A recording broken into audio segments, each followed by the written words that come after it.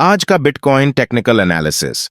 Bitcoin इस time पर $26,713.81 पर ट्रेड कर रहा है, जो कि पिछले 24 घंटों में 2.84% प्राइस गिरा है। अगर हम पिछले एक हफ्ते को देखें तो बिटकॉइन ने एक बुलिश एंगल्फिंग पैटर्न बनाया है, जो बताता है कि बुल्स कंट्रोल में है। हालांकि कीमत अभी भी $30,000 के मेन रेजिस्टेंस लेवल से नीचे है। आज के दिन की बात करें तो बिटकॉइन को 200 डेज के मूविंग एवरेज पर रेजिस्टेंस का सामना करना पड़ रहा है, जो कि $27,500 पर है।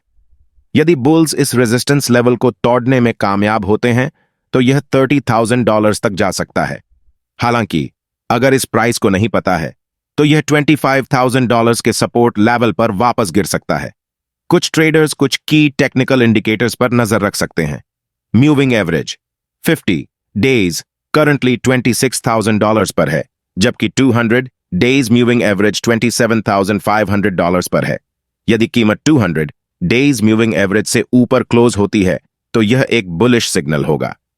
Relative strength index RSI currently 55 पर है, जो न्यूट्रल जोन में है। हालांकि अगर RSI 60 से ऊपर गया तो यह एक बुलिश सिग्नल होगा।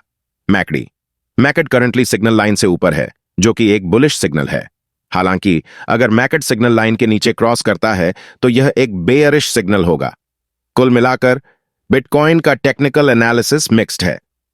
वीकली टाइम फ्रेम के हिसाब से बुल कंट्रोल में है, लेकिन प्राइस अभी भी $30,000 के रेजिस्टेंस से नीचे है। डेली टाइम फ्रेम पर बिटकॉइन को 200 डेज मूविंग एवरेज पर रेजिस्टेंस का सामना करना पड़ रहा है। यदि बुल इस लेवल को तोड़ने में सफल होते हैं तो यह $30,000 तक जाने का रास्ता खुल सकता है। हालांकि अगर यह लेवल नहीं ब्रेक हुआ तो यह $25,000 के सपोर्ट पर वापस गिर सकता है।